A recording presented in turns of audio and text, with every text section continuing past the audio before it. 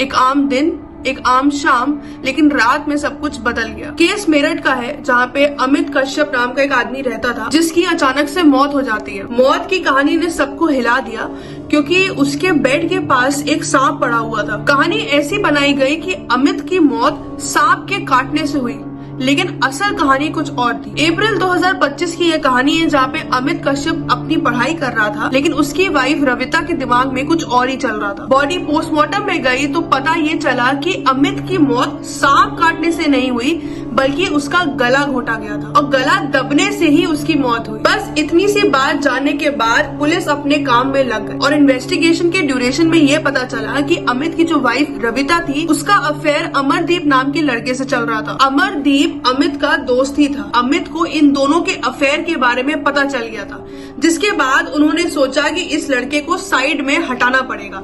Side में हटाने का मतलब सिर्फ इतना होता है कि उसका मर्डर हो जाना चाहिए। दोनों लोग की साजिश थी। रात में अमित सो रहा था, जिसके चलते अमरदीप किसी तरीके से सांप को अरेंज करके लाता है और उसके बगल में डाल देता है। दोनों लोग ने मर्डर किया अमित का, लेकिन शोकेस ऐसा किया कि सांप के काटने से ही अमित की मौत हो गई है। ये क्या चल रहा है देश में? अगर तुमको नहीं रहना है किसी के साथ तो एटलीस्ट उसको मारो तो नहीं।